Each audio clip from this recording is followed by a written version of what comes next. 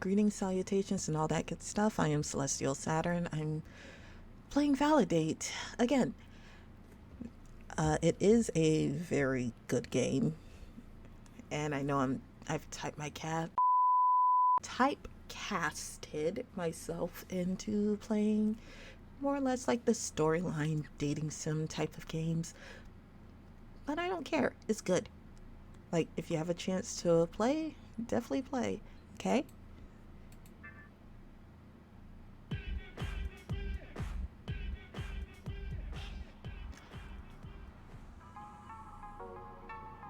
Okay.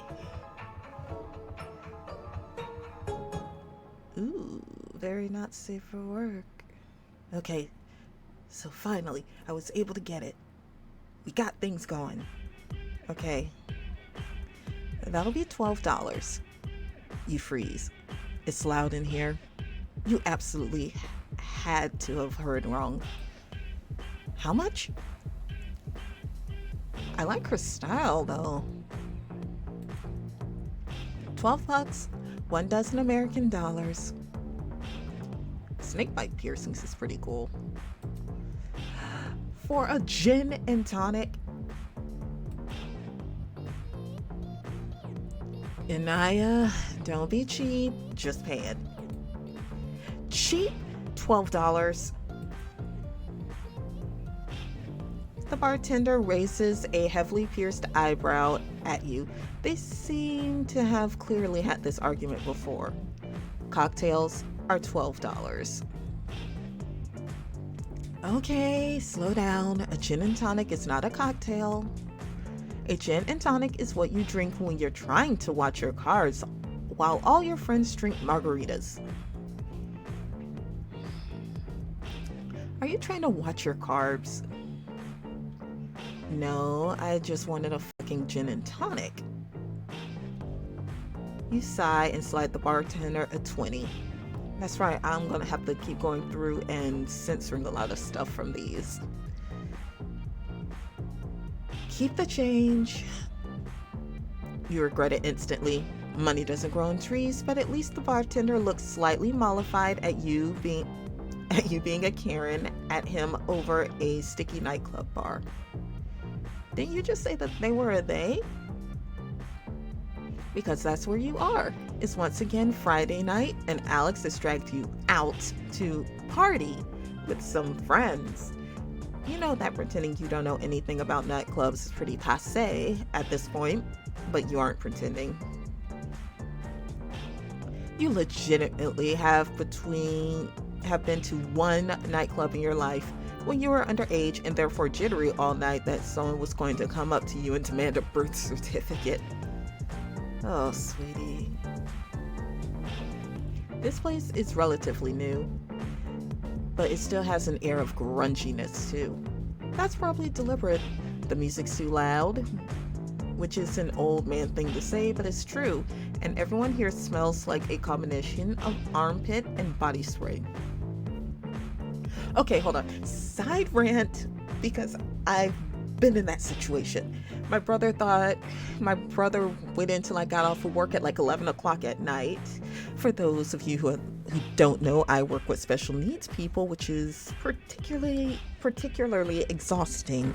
So I'm tired. I just want to go home. I just want to crawl into bed and sleep. But my brother took me to a club. It was way too loud. It had way too many people. And I basically sat as a wallflower all night. I completely understand that's not my element. I wish I could be one of those people where that could be their element and actually let loose, but I'm just not that person, and Inaya is just not that person. Though, seeing my brother start dancing on a stripper's pole is something you will never get out of your mind. And leverage whenever your mother harps on you about not living up to expectations. That little stripper pole thing, I should have recorded it. That would have been good. But yeah, side rant over. I basically understand exactly what Inaya is talking about. When you don't want to go out and do this, is way too much. But like, I understand trying to actually be sociable and stuff, just at your own pace. I mean, like, good friend here trying to help out and make his friend more sociable, but you gotta read the room and slowly integrate into that stuff, you know? Okay, anyways, back to the video. You'd have thought a lesbian club would smell slightly less like a middle school girls' locker room, but actually, you have no idea why you thought that. That makes perfect sense. You were slightly nervous coming to a lesbian bar because you're not technically a lesbian, but Alex assured you nobody offline actually cares about that as long as you have money, and Alex is even less of a lesbian than you are. So you figure it's fine. What do you think? You take a tiny sip of your gin and tonic. This thing costs you like twice the national minimum wage. You're taking your time with it. Not bad. I mean, I've been to worse clubs. Have you really? I mean, yes, I've been to one club and it was, in fact, worse than this. Alex laughs and shakes his head. He's drinking something you think might be an appletini. You've never actually seen anyone drink an appletini in real life. Usually it's just gay guys drinking them on network TV. And again, the fruitiest, sweetest, candy-tasting ones will get you fucked up fast. So don't knock it. In fact, most of your experience with nightlife has been through media consumption. You've always really liked bar and club scenes in books and movies, just not in real life. I'm gonna go find Belle and Simon. I lost them over by the bathroom. I'll stay here. Will you be okay on your own?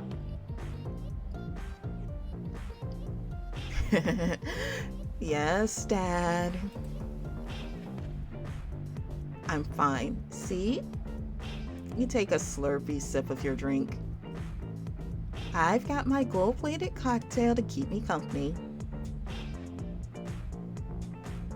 Alex shakes his head and eels through the crowd, his broad shoulders swallowed up in the press. Once he's out of sight, you let yourself lean back against the bar. As long as you can keep something solid at your back, it should be okay. Your issues with crowded spaces don't extend so far that you can't have a normal night out with your friends. That's actually a very positive way to see things. Let me move you. Well, your friend and your friend's friends, Belle and Simon, are nice, but you haven't known them long. In fact, you aren't sure which one of them is Simon and which one is Belle. Without thinking about it, you've inhaled most of your expensive drink. Fuck it. You knock the rest back and set the glass down, enjoying the burn of gin down to your stomach. It pumps you over that layer of tipsy where you start feeling good about the world, rather than anxious. You'll pay for it in extra anxiety tomorrow, but it's just how the scale balances out. Yin and yang, or something. The music changes to a song you actually like. If you are home in your living room, you get up and dance. Here? No way. Surreptitiously you glance from side to side to check if Alex has come back for you. You told him you don't mind being on your own here, but now that you finished your drink, you're just propping up the bar like an asshole. You're getting in the way of paying customers, at the very least. Instead of Alex, your gaze lands on one of the most striking people you ever seen. Outside of a Photoshop picture, at least. And they? Your brain scrambles to correct, fighting back against years of society conditioning to immediately gender everyone you see. Look like they belong here. Oh, that's right. Well, they have a undercut, and they're wearing makeup. Again, you wish you put a little more effort in. Honestly, I would so go for that hairstyle. Like I'm scared that I can't pull it off. But I can appreciate that kind of hairstyle. And I'm loving the wine color on them. Really matches their skin tone. You always do this. You don't want to seem like you're putting in zero effort because what? You're not sure. What would happen if you made an effort? You'd have to acknowledge your disappointment that when that effort didn't lead anywhere. And here you are, just gaping at a beautiful person and feeling bad about yourself. Idiot. And then that beautiful person leans in closer to you, taps your empty glass with their knuckles and says, "Can I buy you another one?" Okay. You resist glancing over your shoulder like this is a cartoon, but it's narrow. They couldn't be talking to anyone else. They are looking straight at you. They're $12. They laugh. Pretty standard for this part of town. Gin and tonic? You nod. The person flags down the bartender way faster than you did. Standing up on their tiptoes and getting in their face, they turn back to you once they put the drink orders in. How short are you, my friend? I'm Imari. Inaya. You offer to shake hands, which feels silly, but Imari doesn't hesitate. Their hands are incredibly smooth. Can you tell me your pronouns? You wince internally. You always feel embarrassed when you ask it in real life, even though you shouldn't.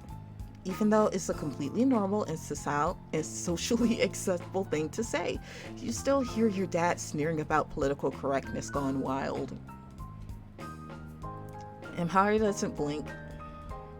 She or he, just mix it up. You? Fair enough. I'll go by he, she, or it. It doesn't matter to me. Oh, she is fine. You go by they online, but you don't like to be annoying in real life. You hate that you think you annoy people. Basically, how you feel about your gender is an endless Russian nesting doll of embarrassment, shame, and shame at your embarrassment. And now you've absolutely missed whatever Imari has said because you're too busy feeling weird about yourself. Story of your life. Sorry, what? I asked, do you come here often? As a joke, you know. But now that I have to repeat it, I'm realizing that probably the only thing more annoying than asking someone if they're coming here often is joking about whether they come here often. Well, I don't come here often. This is my first time. Are you here alone? No, my friends are here. Well, friend. And he has people who are more fun than I am, so... Well, that's his loss. I'm having a great time here with you. Do you? Do I what? Come here often? That's so adorable. The strobing, swinging lights highlight his cheekbones. He has a killer profile. More often than I probably should. The drinks appear on the bar top, considerably faster than they had when you ordered for yourself. Even though there were two. Well, Imari's just drinking something in a can, so probably not that much of a pain to prepare. You know, I'm curious, what you drinking, my friend? What are you drinking? It's a normal thing to ask, right? Oh, it's just seltzer. I don't drink. Is it a religious thing or... Nope, it just makes me feel sick. Oh, you feel a little awkward. Chances are your drink cost him like 10 times more than a seltzer. You pick up your glass and resolve to drinking slower this time. You keep expecting for Amari to leave, but he brought you a drink. That means he's interested in you, right? Or maybe he was just being polite, because you're so very obviously not in your element. You accidentally take another huge gulp of your drink. The lights are beginning to go streaky in the corner of your vision. And my reading skills are slowly becoming more and more childlike. Soon I'll have toddlers speak.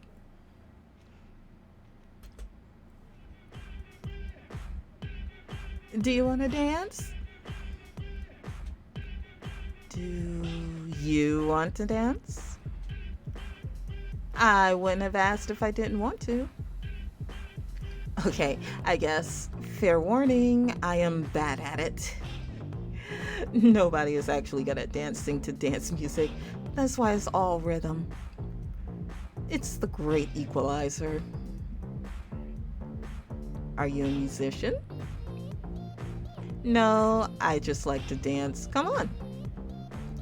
He drains his drink in one gulp, which you take as license to do the same. She's about half your size, but evidently he holds his liquor a lot better than you do. But they're drinking seltzer. So how would it be? Yeah. You clearly shouldn't listen to him when he says that dancing prowess doesn't matter. Of course it does. He's probably an amazing dancer. She looks like it. He has the body for it. And she is. The thing is, dancing with him makes you feel like you might be a good dancer too. It's not like you have no rhythm, or you dance like one of those straight guys who sort of just sway from side to side. Just, you've always felt like you're a little too big to be much good at dancing. You take up too much space. You're all elbows all over the place. With Amari, you don't think about it too much until you step on someone's foot. Where have you been? Ouch. Sorry, my bad. Alex? Alex looks down at you. His hair is a sweaty disaster, eyeliner running slightly from one eye. You're dancing? It's hard? He grins. Without realizing it, you and Amari have opened up a little bit to allow Alex to join your circle. Now all you need is someone in the middle, and this would be like one of those breakdancing circles. The kids, oh my god. Oh my god. The absurdity is starting to choke me. Who's your friend? What? You can't hear anything over the pounding music. Alex just shakes his head. Maybe it's the alcohol, or maybe it's the reassuring presence of your best friend and the hottest person you've seen in a while. But you get lost in it. The music, the movements, the sensation of momentarily existing outside of time. Maybe this is why people go to clubs in the first place. When you dance at home, it's always to work out a little bit of tension in between doing work or chores, or worrying about doing work or chores. Here, your mind goes astonishingly blank. Somehow, you end up pressed up close to Amari, pinned by the crowd and separated from Alex. From the look on his face, he doesn't mind at all. He's looking at your mouth. Or maybe she's just looking at straight ahead. You're about the same height, so that would make sense. Fuck. What if he tries to kiss you? Well, so what? You definitely are not going to freak the fuck out this time. You can kiss someone and be normal about it. You're a grown woman. You're so convincing that he's going to kiss you that you are absolutely unprepared when he leans in and goes for your ear instead of your mouth. I kind of want to leave. He's pressed as close as she can in order to not be overheard. The music is, if possible, even louder than before. Oh. You feel a bite of disappointment deep inside you, immediately overwhelmed by shame. Idiot. Why in the world would someone like him want someone like you? Okay. No. I understand self-depreciation, but no! Do not do that to yourself right now. You are feeling yourself. You are happy. You are feeling good. Do not let that self-doubt creep into your mind like that again. You had this, girl. You got this, girl. You can do this. And I'm pretty sure my roommate cannot hear me, so I'm going to continue on. But then he keeps talking. Do you want to get out of here? Do you, in fact, want to get out of here? You're beginning to sober up, the edges of your anxiety creeping back in. You could push yourself back to the crest of the wave with another drink, but that would be another 12 American dollars, and you would regret it in the morning. Do you want to get out of here with Imari? Absolutely. Half of your absolutely wants to do that, and that part of you nods your head before the other half can start freaking out about it. Go for it! Yes! You grab the last strings of your buzz and shoulder yourself through the seething crowd, trying to locate Alex to let him know that you'll be leaving with someone and you don't need a ride home. Here, come on. Grab that hand. Go for it. Unthinkingly, you grab Imari's wrist to keep him close in the crowd. His fingers slip into yours, and a shivering bolt of heat that rolls down your spine. Okay. What are you doing? He says it again against your ear, more whispery than is probably strictly necessary. I'm looking for Alex. I want to tell him not to wait for me. Can't you just text him? Wow, you totally could do that. Yes, actually, that would be ideal, because then you wouldn't have to explain where you're going, and he wouldn't express condescending shock that you actually might be getting laid, and you wouldn't have to explain to Imari how absolutely rarely you go home with people from clubs. Rarely as in never ever. So you let Imari drag you in the opposite direction and out into the breezy evening.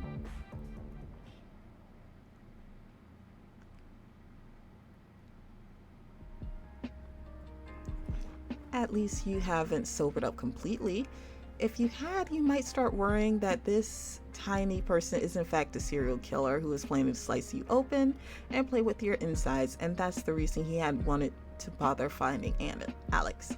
Isn't this what sex murderers do?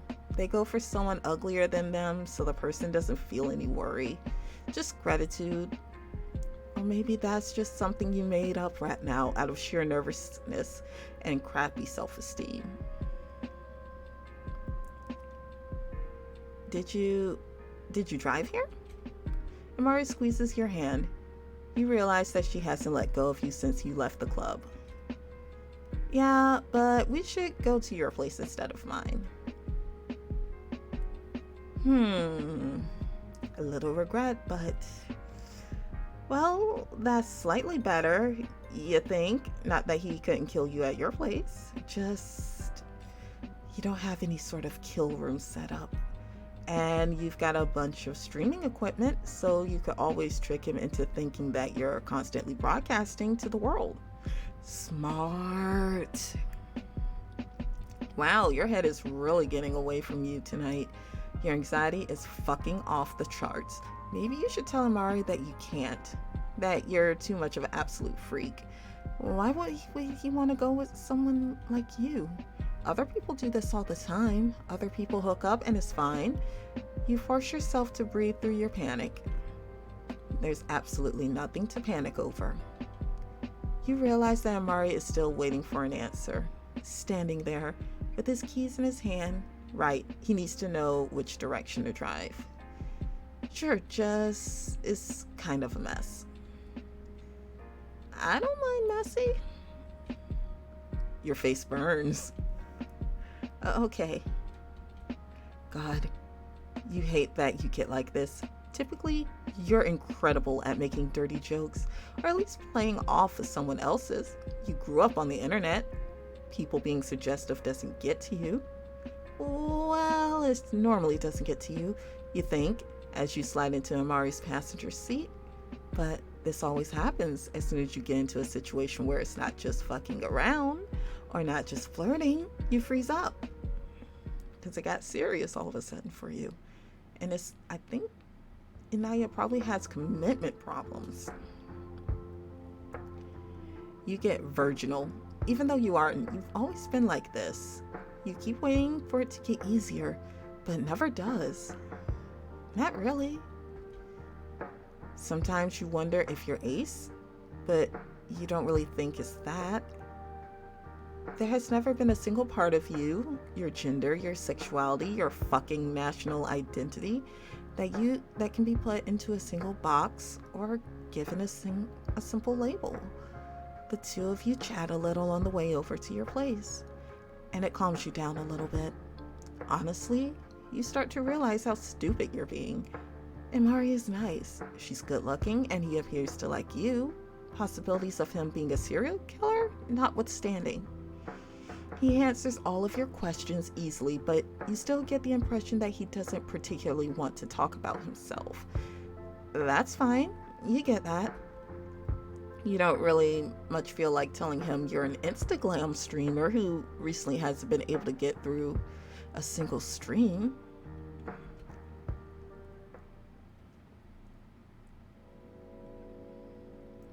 He doesn't comment on your messy kitchen or the snarl of computer chargers and USB cords on your coffee table. He doesn't even wait for you to turn any lights on. He backs you up against the door and kisses you.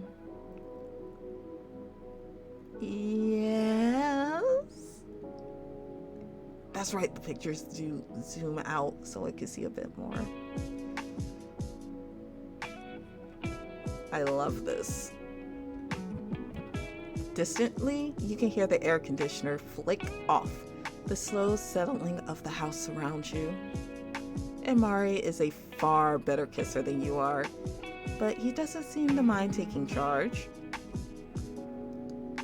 So, any likes or dislikes I should know about? Okay. His hands move from your shoulders to cup your cheeks. Any parts you don't want me to touch?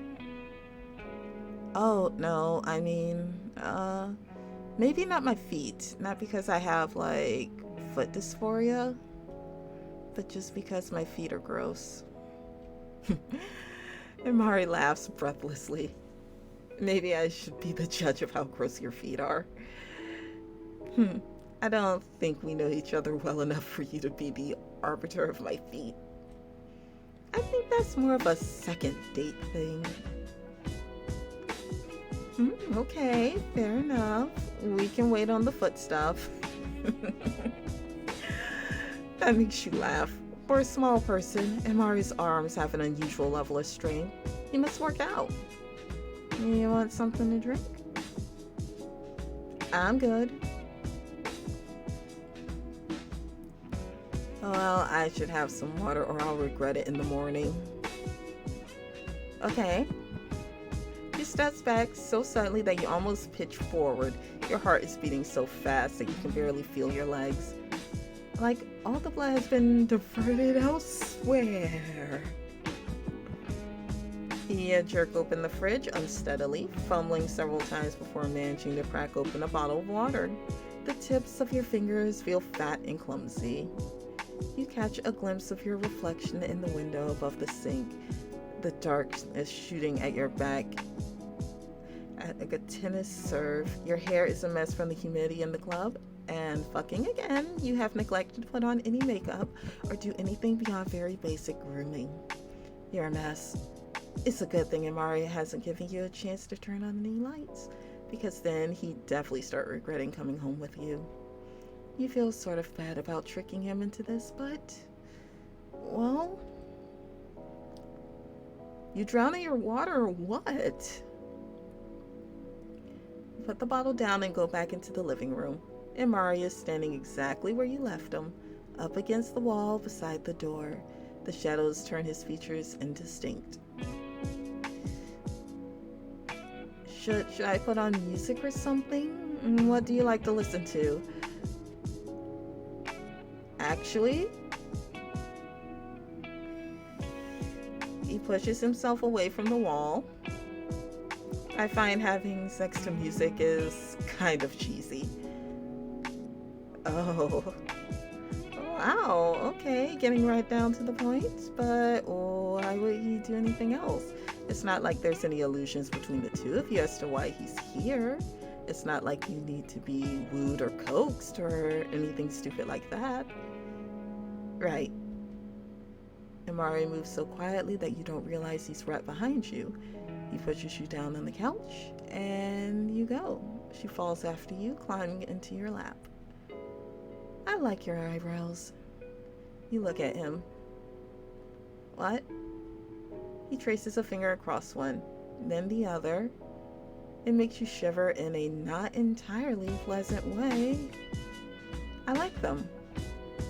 With such a pointed and weird thing to say about one very specific part of your body that you're routinely up in your feelings about for a moment.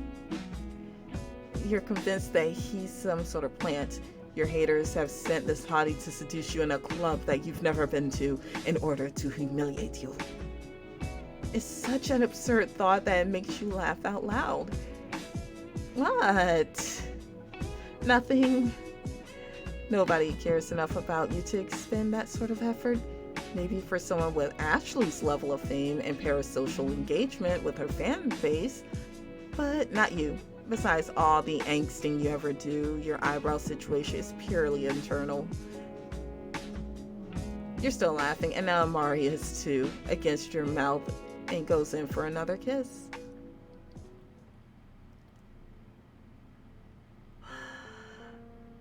You don't set your alarm for the next morning. It's Saturday, right?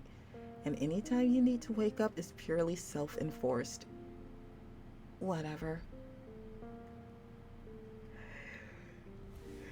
Why is the single giant t-shirt always the sexiest thing anyone can put on? It doesn't matter the gender, it doesn't matter the size. If the t-shirt is bigger than you and you are wearing that in the morning, that is adorable. Hey, a Lady Gaga shirt? Don't at me. Your eyes are gummy with sleep. You peel them open, then immediately shut them again as light smashes into your retinas. Despite drinking water last night, your head still feels stuffy, and a headache lurks behind one of your eyes. You okay? Oh, she's wearing the boy shorts. Cool. I have to get out of here, actually. You blink again, trying to remember exactly where you are and who this is. Right. Imari. The person you met at the club and then brought home for surprisingly comfortable sex. He is completely dressed, hair looking a little rough, but there's not much to be done about that. Hey, hold on, You don't need to get up. Don't worry about it. He smiles. You look tired. Seems like someone wore you out. Okay, Captain Sparklepants. You're gonna do those kind of jokes in the morning. Someone, huh? Imari laughs and squeezes your hand. Here. You hold out a hand until he realizes that what you want and gives you his phone. You notice he doesn't bother to password protect it. I'll give you my number. Something flickers over Amari's face, and for a second you're worried you've just violated some sort of phone privacy rule. That probably exists, but you're too socially inept to know about it. But then Amari smiles and saves your number to his phone. Cool, I'll talk to you later. He goes. You lie in bed for a little bit longer, trying to convince yourself to get up and make coffee and dig around for some ibuprofen. Alex always tells you that you should eat when you take painkillers, but headaches always make you feel queasy. The texting. Oh, I am going to have to censor so much of this. Hey, dickhead. Where the fuck are you? There's a whole bunch of texts to that effect until one time stamped around midnight.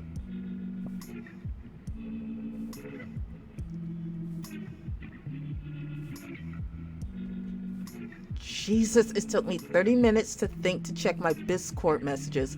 Why the hell didn't you just text me? Whatever, it's fine. Call me whenever you wake up. Oh, right, Alex. You pick up your phone to find a couple missed calls and a whole bunch of texts. You snort. Alex pretends that you annoy him, but he loves to act like your mom. The truth is, you'd message him on Discord because of this exact outcome. You didn't want him to get the message until you were already gone. He'd probably say the same thing that you were saying to yourself. This guy's probably a serial killer, and if he'd given you any resistance at all, you definitely would have turned Amari down. Which would have been a mistake, because you had a really nice time, as it turned out. Old school Lady Gaga.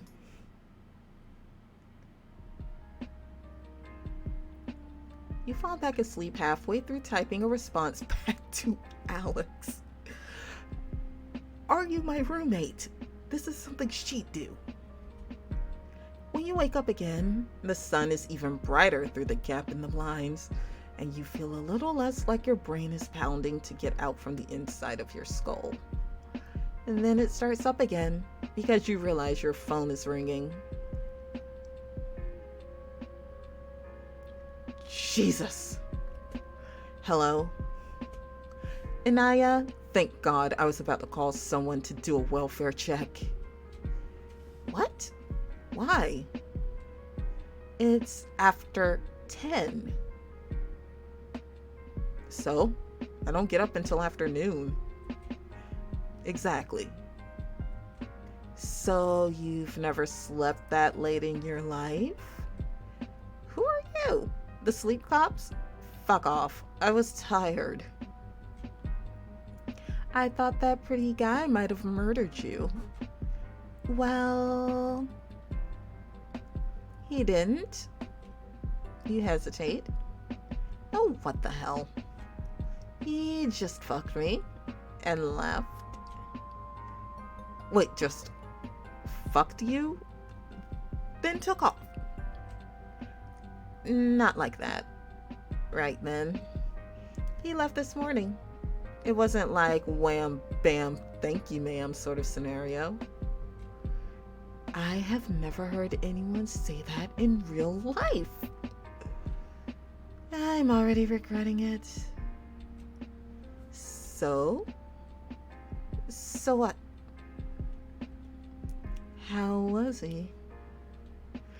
Ah, you are that friend. Gonna sit there, berate me, and then like, was it good? Did you have fun? Did you win? You transfer the phone from one ear to the other. It's hot from charging and it's making your neck sweaty. You hadn't been aware that you and Alex were talk about your hookup level friends, but you suppose you haven't hooked up with much of anybody since the two of you started seriously hanging out. I need to start breathing at commas.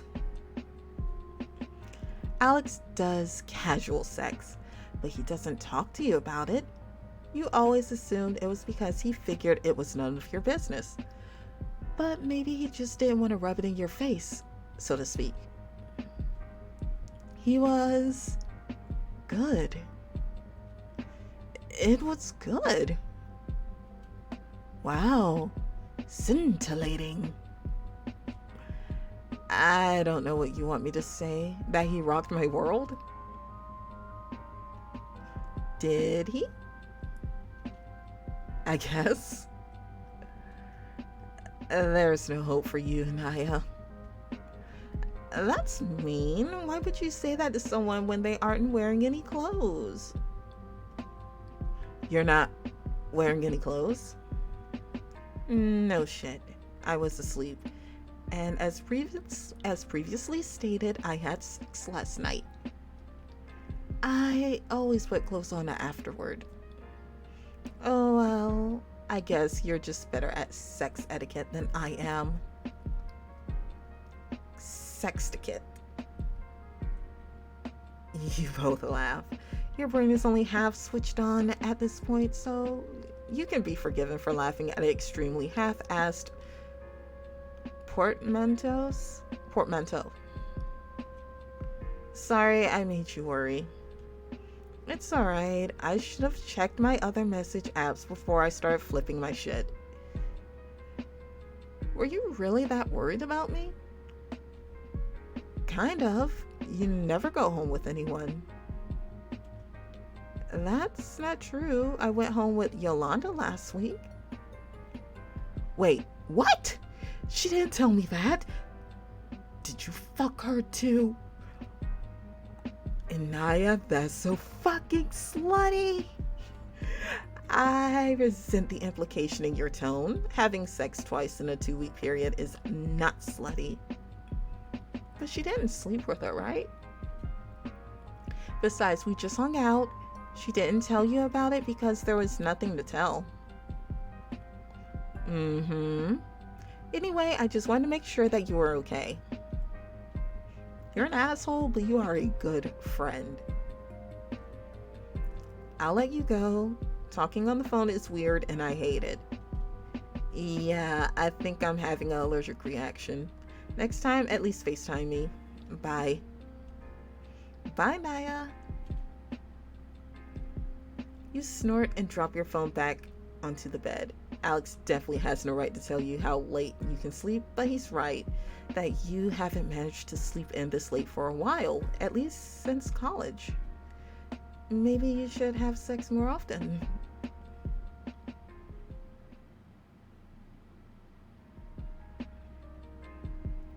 You wonder how long it will take Imari to text you. He probably won't do it today. That would seem needy, even though you wouldn't mind if he did. It wouldn't seem needy to you. You're just thinking what would go through your mind if someone you slept with gave you their number. You wouldn't want Imari to think that he was your only option. Or maybe you would want him to think that? Is it rude to imply that you'd rather be fucking someone else? You're so bad at this. You get up and get dressed, aware that almost half the morning is gone. Not that you'll be doing anything besides fucking around on the internet and pretending to look up recipes while you watch bad Netflix dramas. Skating that fine line between and copyright infringements. But seriously, I want her pens. All those pens that are like on her clothes right now, I want them. I want every single one of them. The people who made this game, please, please, very much so, please, please, please make these pens real. I will buy them all. Especially this is fucking butter. That's your usual weekend MO when you don't have a stream planned. Instead, you're in the mood for something else.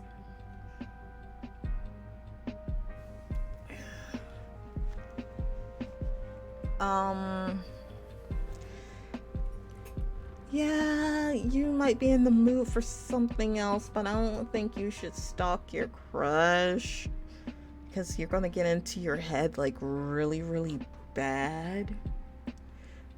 So, like, let's just do an impromptu stream. Just spur the moment thing, you know? Instead, you clean your whole kitchen and make a list of groceries you'll need for this upcoming week. In fact, you're feeling so good that you set up your tablet for an impromptu stream. See, when you get into a good headspace, good things can happen. You have the ingredients to make a couple things. You have no idea where this incredible mood came from. Well, you do, but you don't think it's just getting laid that has you in such a sunny and sparkling state. It's the fact that you set out to do something that scared you and succeeded. Yeah, fucking unreal.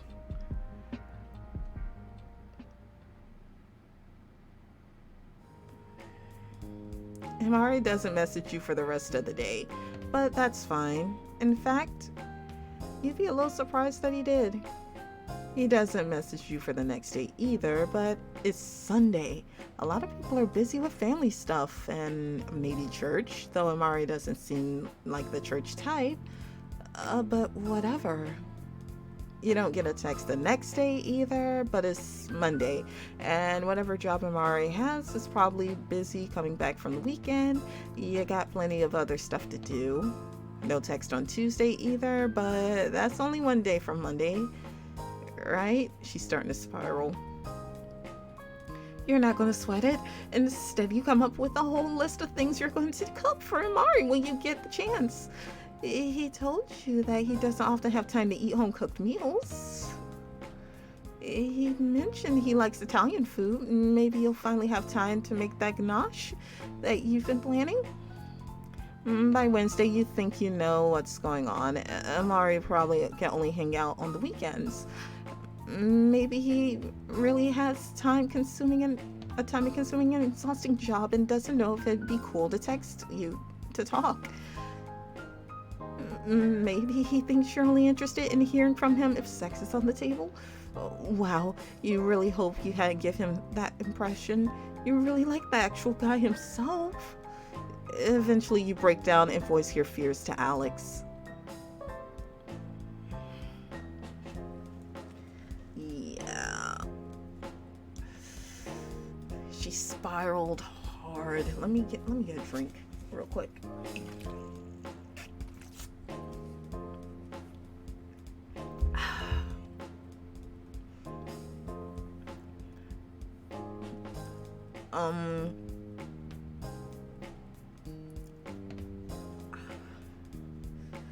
These two are very much anxiety-induced questions. But, yeah, either way, it's just not going to end well. You think something happened? You think something happened to him? I'm worried that something happened to him. Who? Amari. Uh-oh.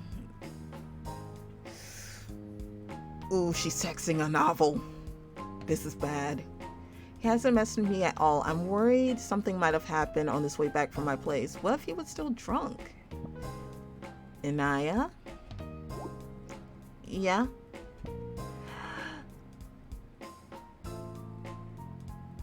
Did you give him Alex's number? Remember how one of the stipulations I have for working with you is that I'm allowed to tell you when you're being unreasonable? Only for work shit?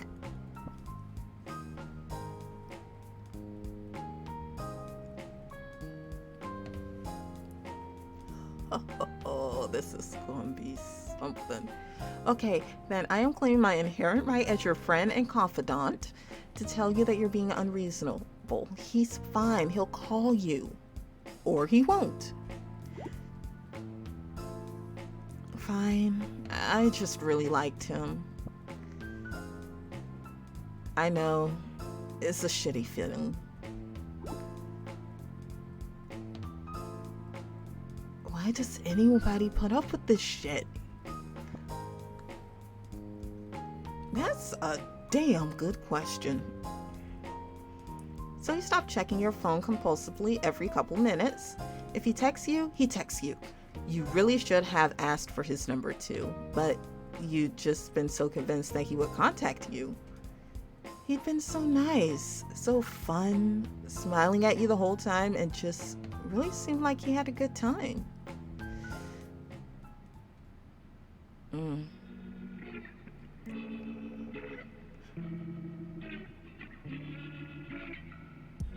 Okay, by the time the weekend rolls around, you're only a little behind on your work and only spent some time pining away for a person you met literally one time.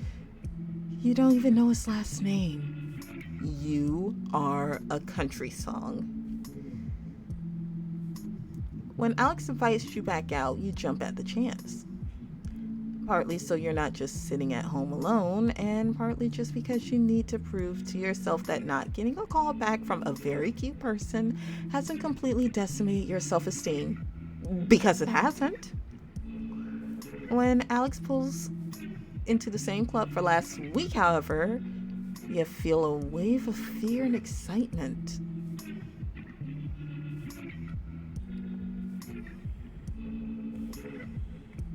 Wait, why are we coming here? I always go here. Really? Yeah, almost every weekend. Wow, I didn't know you were such a social butterfly. Wait, why do you go to a lesbian bar? Because gender is a construct, and because there's no cover on Fridays. Okay, fair enough. Good reason, good reason.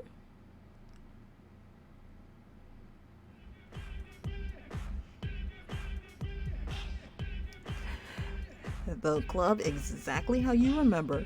Loud, crowded, and overpriced. You should have pre-gamed before you got here. The chances of you finding someone else to buy you a $12 cocktail are astronomically low. Well, you can just do what you did last time. Park yourself against the bar and... Oh fuck, there's Amari. Standing in the nearly exact same place he was last time and chatting up someone who isn't you. Your heart thuds somewhere into the depths of your stomach, even as you berate yourself for being so needy. You need to get out of here. You'll call it Uber? Whatever, you just absolutely know that you can't be there anymore. Amari looks up and you make eye contact. For one hideous moment, you think he's going to pretend that he doesn't recognize you. Or even worse, maybe he doesn't recognize you at all. Maybe he picks up enough people on a weekly basis that they all start to blend together. But then he smiles and waves. Is he Polly? And Naya, hey, how's it going? You have no choice but to come closer now. Hey, Amari, pretty good. How about you? Good. This is my friend. Martella Dotana Nevetti Ni Caligris, a real estate agent and Keaton's mother.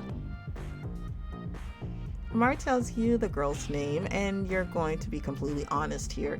It flies in one ear and out the other.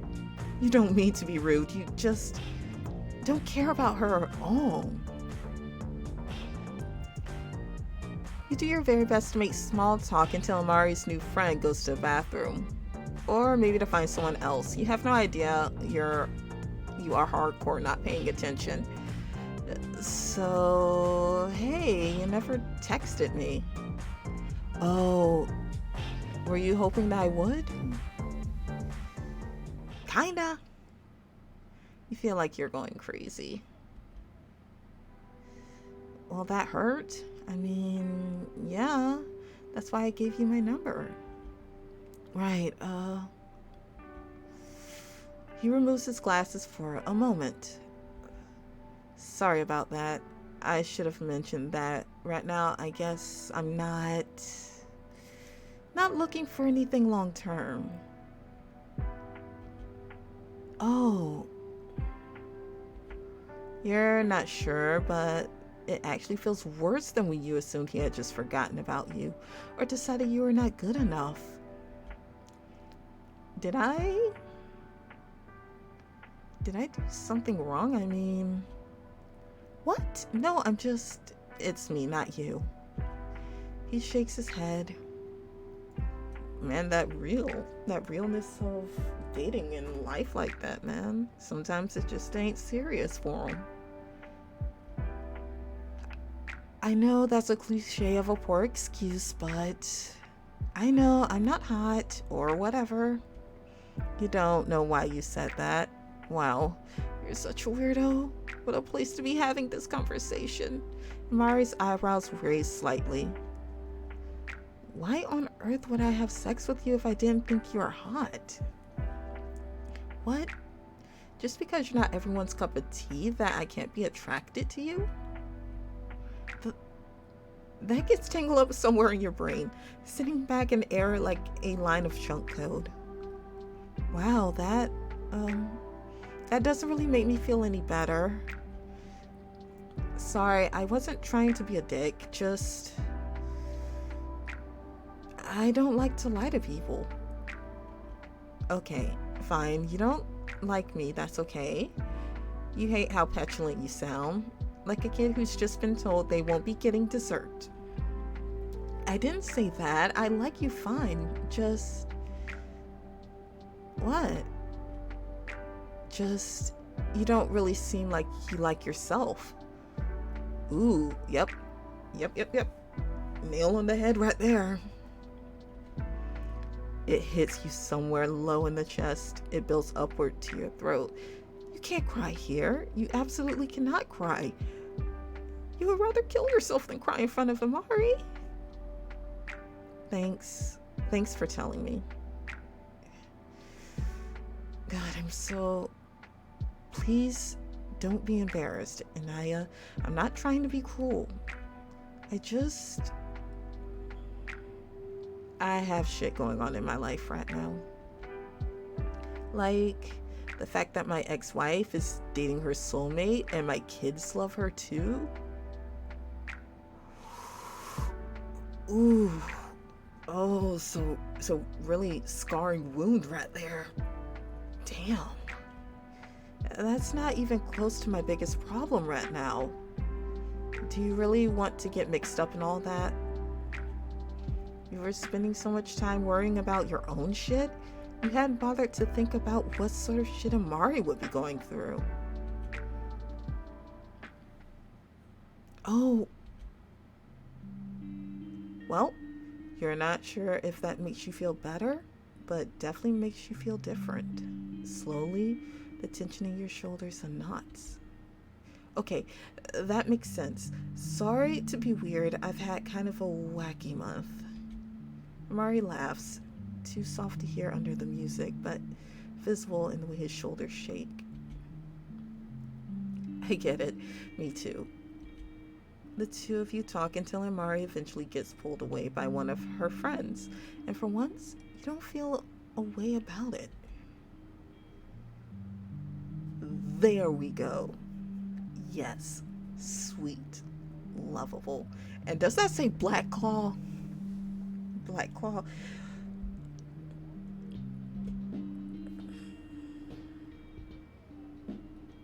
All right. Swooned at the lesbian bar, HR kiss, route with Keaton. So, okay.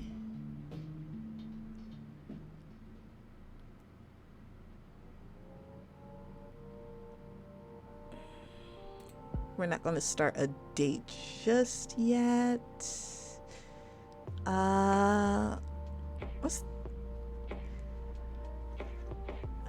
Pretty much, I'm going to go ahead and stop it right here. I'm just going to do like one date per episode with this anyway. So that was kind of interesting and a bit more real than I expected it to be. But then again, it's been a couple of months since I played this game. And I'm loving it more and more. I really am. And I hope to see more about the characters. I love how they actually feel like real and grounded people with a really good background to them. I really love that. Yes, they're dating. Yes, they're trying to find love and all of us and so forth and so on. It's like every dating sim game usually does. But I'm what I really like is that it's relatable. That's the best way I can say it. That it is very relatable of what's going on in their lives. But until the next one, like, comment, subscribe, and I'll see you in the next video. And we'll continue on with Anaya and her set of dates. So, goodbye, everybody.